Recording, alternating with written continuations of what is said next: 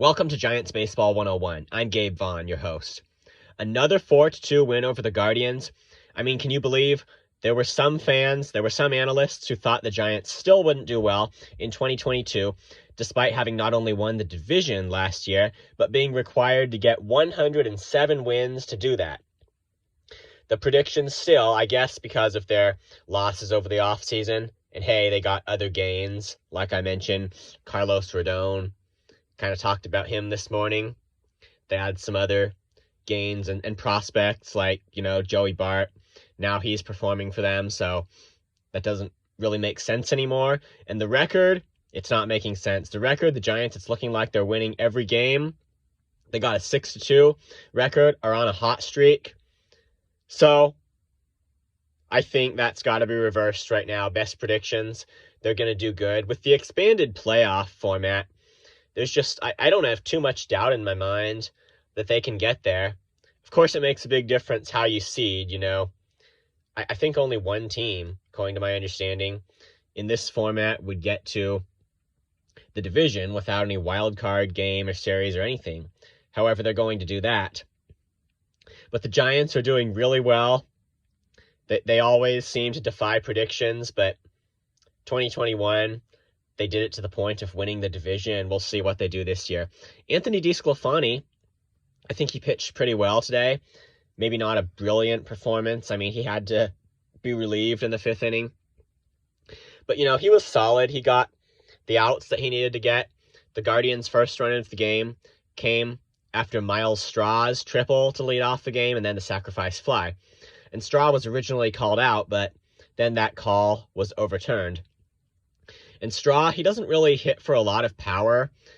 He doesn't have power in the sense of hitting home runs, but he's got more. He's got a bit, I think, of bat power and bat control that really works for getting doubles and triples and having a high average. And he does that because of his speed. He can run for the extra bases. I mean, that guy runs really fast. And what the umpires decided was that he did beat out that throw to third.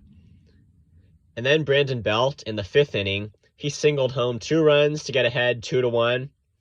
Belt was a big part of it today. He would later single in the 8th inning. His bat is still going, even after maybe getting past his prime. And after dealing with an injury last year, I think it came by being hit by a pitch. It left him off the postseason roster, unfortunately.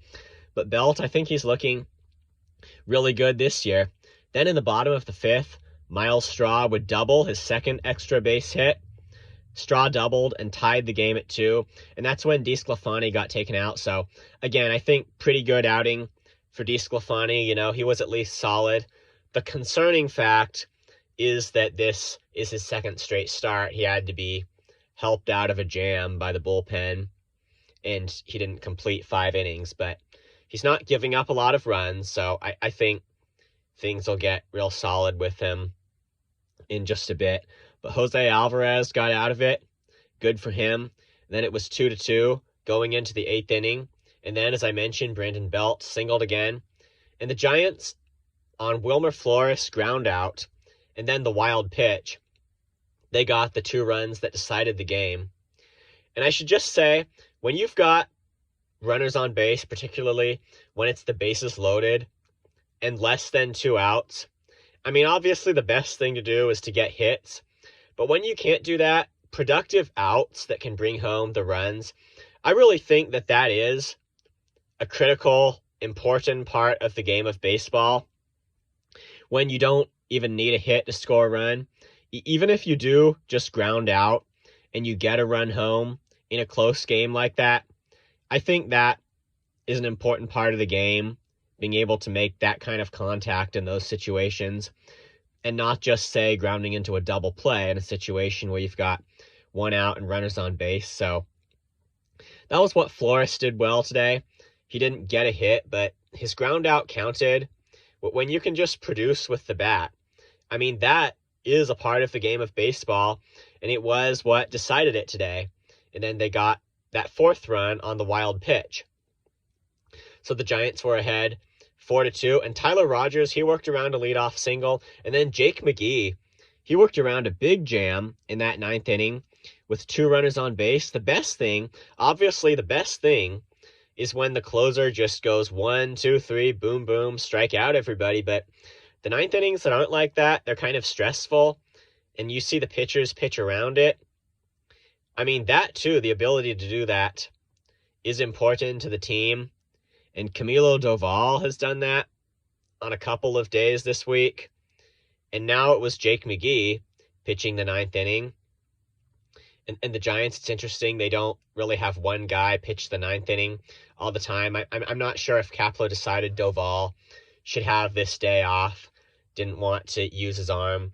And if you have pitched like the past couple of days or maybe 2 times in the last 3 games, sometimes that's a good idea. And McGee, he was really fresh, so Kapler brought him in. But it was good to see the Giants work around those ninth inning jams this year. So a 4-2 win. The Giants just keep doing it. This has been a Giants Baseball 101 production. I'll see you next time. Hopefully the Giants can sweep this series. Thank you.